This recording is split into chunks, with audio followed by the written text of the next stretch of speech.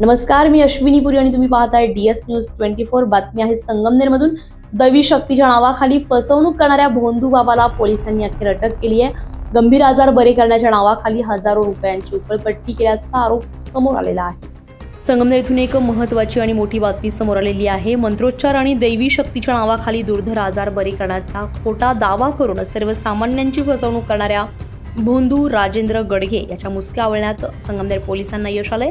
तालुक्यातील वडगाव येथे दत्तधाम सरकार नावाने दरबार भरवून फसवणूक करणाऱ्या या भोंदू विरुद्ध अंधश्रद्धा निर्मूलन समितीच्या तक्रारीनंतर ही मोठी कारवाई करण्यात आलेली आहे. राजेंद्र बापू गडगे यानं वडगाव परिसरामध्ये स्वतःला दैवी शक्ती प्राप्त असल्याचं भासवून दत्तधाम सरकार नावाचं YouTube चॅनल सुरू केलेलं होतं. या माध्यमातून तो कर्करोगासारखे गंभीर आजार मंत्रशक्तीने बरे करणे, मूल नसलेल्या महिलांना मूल प्राप्त करून देतो, तसेच घरातील विविध समस्या दूर करण्याचे खोटे दावे करत असे. या आमिषाला बळी पडून अनेक नागरिक त्याच्या दरबारामध्ये हजेरी लावत होते. तपासात समोर आलेल्या माहितीनुसार समस्या निवारणासाठी हा भोंदू भक्तांकडून 15,000, 21,000 ते अगदी 51,000 रुपयांपर्यंतची रक्कम उकळत असे. उपचाराच्या नावाखाली पालापाचोळ्याची औषध देऊन रुग्णांच्या जीवाशी खेळ केला जात होता.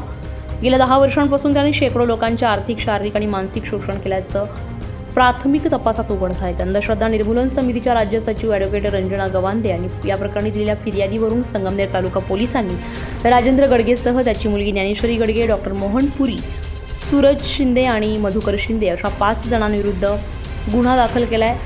पोलिसांनी रात्री उशिरा कारवाई करत मुख्य आरोपी राजेंद्र गडगे आणि मधुकर शिंदे या दोघांना अटक केली, तर इतर तिघांचा शोध सुरू आहे. आरोपींवर जादूटोणा विरोधी कायदा, IT act, drugs and magic remedies act, medical practitioner act आणि भारतीय न्याय संहितेच्या विविध कलमांन्वये गुन्हा नोंदवण्यात आलाय.